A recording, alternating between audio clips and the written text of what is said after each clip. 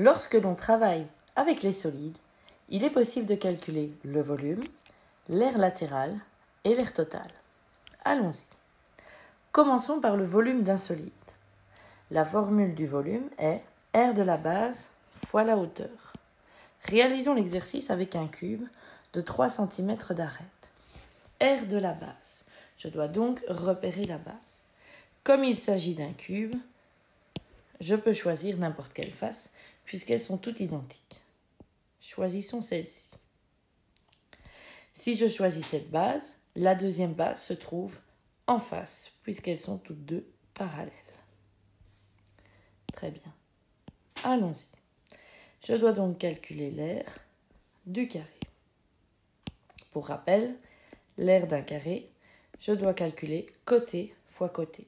Je fais donc 3 cm fois 3 cm, ce qui me donne 9 cm carrés.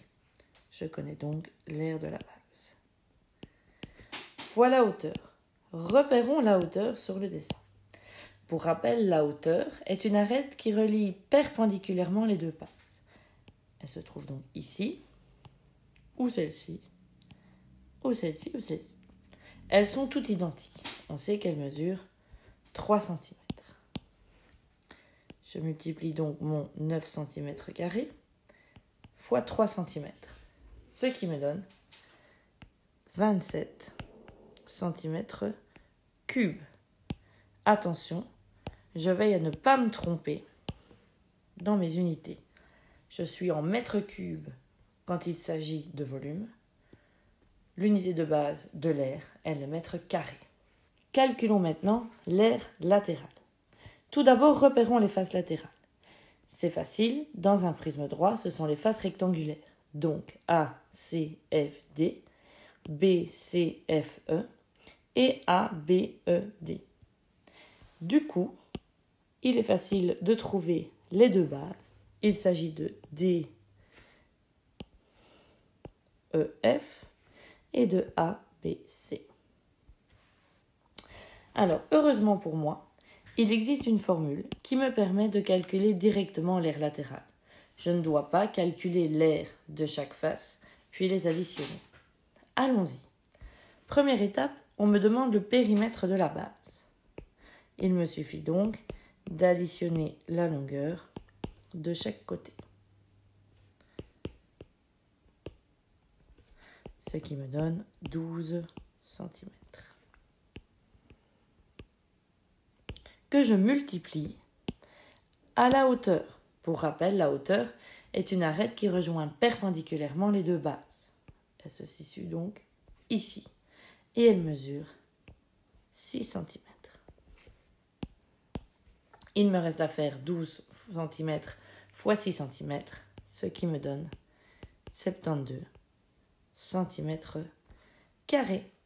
Je viens donc de calculer l'air de chaque face latérale, c'est-à-dire l'air de ACFD plus l'air de BCFE plus l'air de ABDE. Calculons à présent l'air total. Il s'agit donc de l'air de chaque face du solide additionné.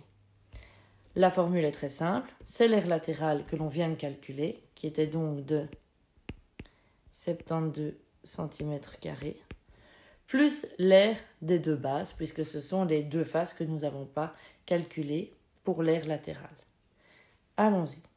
Puisque les deux faces sont identiques, je ne dois calculer l'air que d'une seule face et le multiplier par 2.